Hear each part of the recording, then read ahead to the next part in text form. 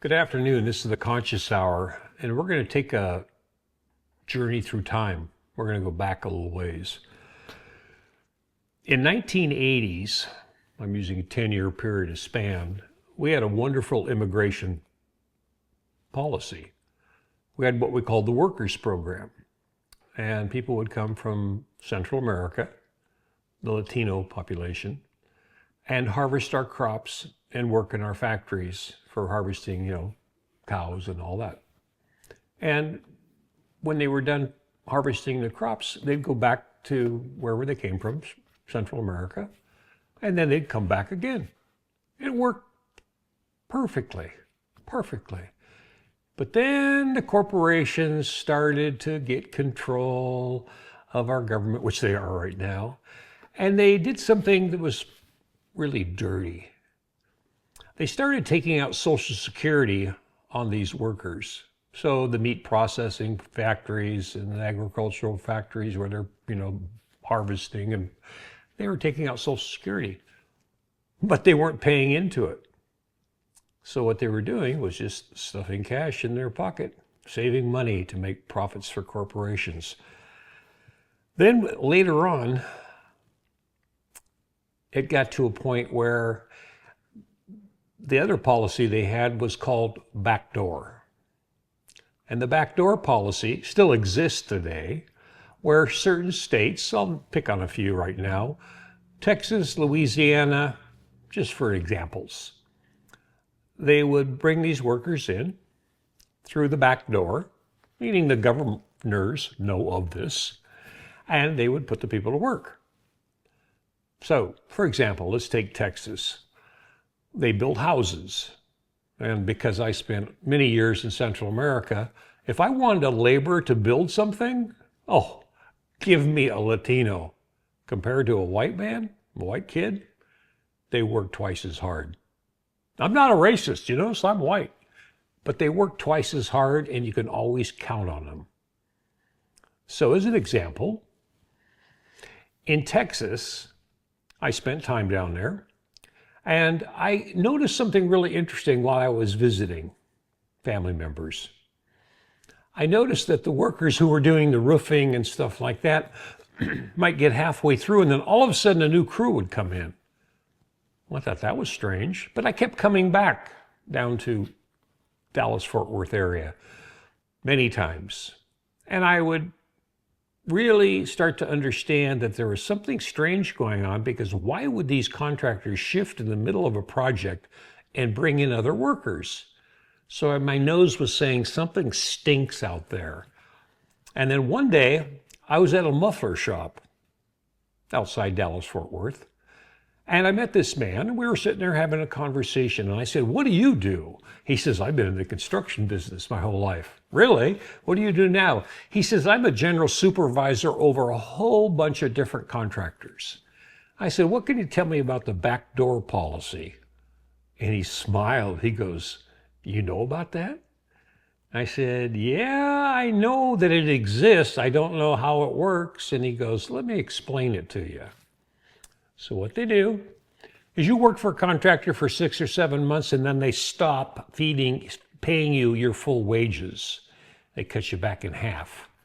Because what they want you to do is leave, go someplace else and work for another contractor. And you do, because you've got your kids there and you're trying to feed your family, but all of a sudden the guy's strangling you.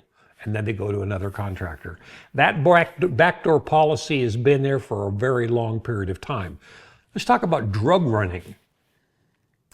The United States, back during the old days of Aldi North, back in the long time of Nicaragua, they were the terrorists.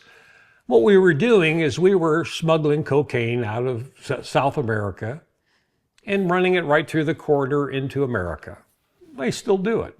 Billions and billions and billions of dollars of off-book funding for off-book operations of the U.S. government. It's nothing new, but now we're current day. And look what we're doing. These white extremists, it's a Zionist mission, are out there now as vigilantes arresting people because they're foreigners, because our government allowed them to come in, quote, unregistered, and therefore now it's time to get rid of all these foreigners. And that's what they're doing. But my question is, who's going to do the work? Who's going to harvest our crops? What is their agenda? And now we need to get into what they're doing to families that have lived here for 20 years, 15 years, and they're deporting them. Why? Because they're from a foreign country. They're Latino. We are living in a white racist world right now, being orchestrated by Donald Trump, the Zionist, and Steve Bannon. I'll mention you, Steve, because I would like to have you on my show. I would like to talk to you about what your agenda is and really what's going on with these officers who are abducting people. They have no ID. They definitely aren't ICE, because the ICE guys show up with their ICE vests on. So who are these other people, and why don't you show their ID? Why don't you tell us who are these people that are doing this? Because they're independent contractors. Because what we're trying to do is literally get rid of our workforce. And then I go, why? What's the agenda? Maybe it's artificial intelligence and robotics. Maybe it's to the point now where we're just going to replace everything being done by robots. That's why Elon Musk is involved. I don't know the whole agenda, but I read the tea leaves, and that's what's happening. So now we're going to take a dive, and we're going to look at one lady who was just abducted in Colorado. And I want you to listen to her story. I want you to think about her kids and the fact that she's been here for 20 years, never causing any problem, but she caused a problem for this administration because she's speaking out on behalf of all the workers in America that are now being abducted and put in prisons in Central America for crimes they've never committed. We're supposed to be about equal justice under the law. It's dead on arrival in America. We've been taken over. Now let's get into the videos.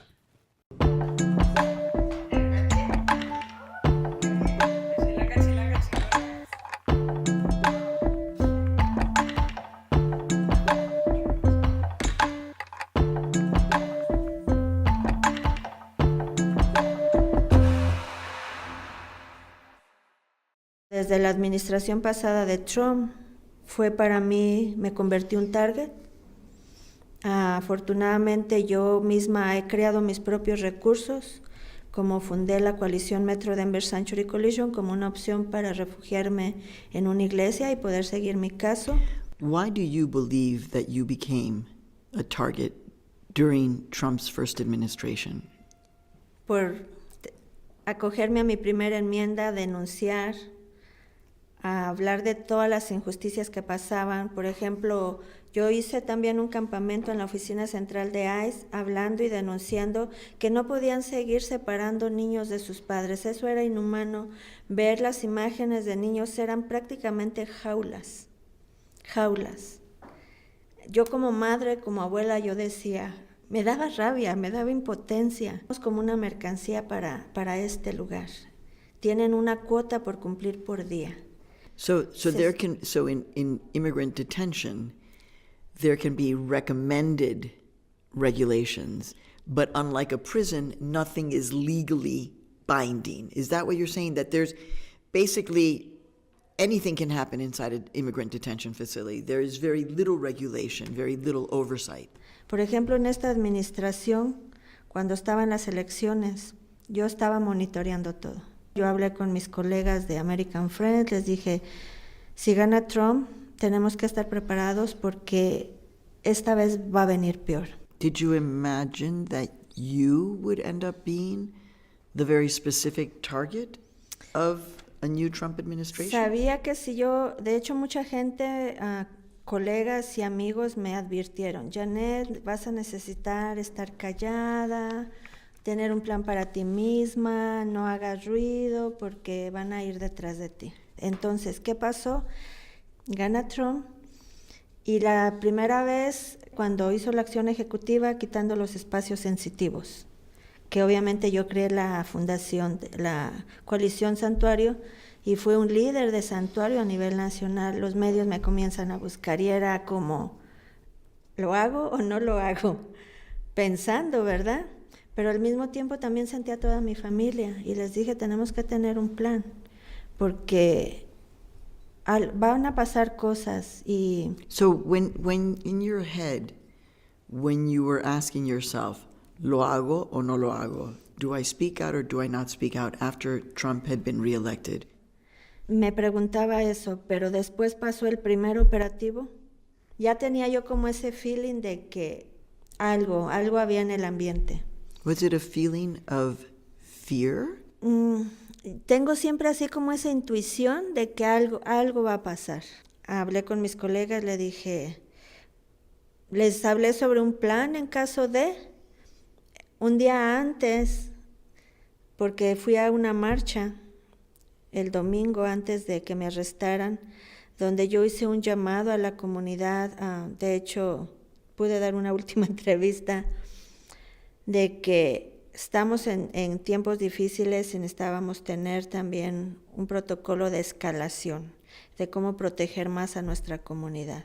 How many days after you make that speech on that Sunday, saying they are escalating, we have to escalate too as activists, how many days after that were you detained? Al día siguiente. Jeanette, in 2017, you were named as part of Time's People of the Year. It's a pretty big deal. Yeah. But it meant that you got a lot of attention. And I want to know what you believe. Is your detention, in fact, part of that attention? And because of that, what message do you believe that the United States government, that the Trump administration is trying to send by keeping you detained here? Bueno, lo que yo le diría a él es que entre él y yo hay una gran diferencia. Porque puede que él me vea como no soy nada, supuestamente una criminal, pero yo creo que la gente tiene más cariño y respeto por mí que él. Era irónico que en 2017 cuando nos nominaron a Times Magazine, yo todavía pude mostrar estando dentro de Santuario. Now you see what's going on. Imagine being this woman with her 4 kids. Imagine that. Imagine that happening to you. And then imagine, do you want to do the work that they do? Because we are going to have nobody to do their work. And if you think this is unjust, illegal, pick up the phone, call your congressional representatives and shut it down. And do one other thing. Anybody that abducts anybody has to have their ID. They have to identify who the agent is, who they're working for. Donald Trump, that's the least you could do because then we know it's on the up and up.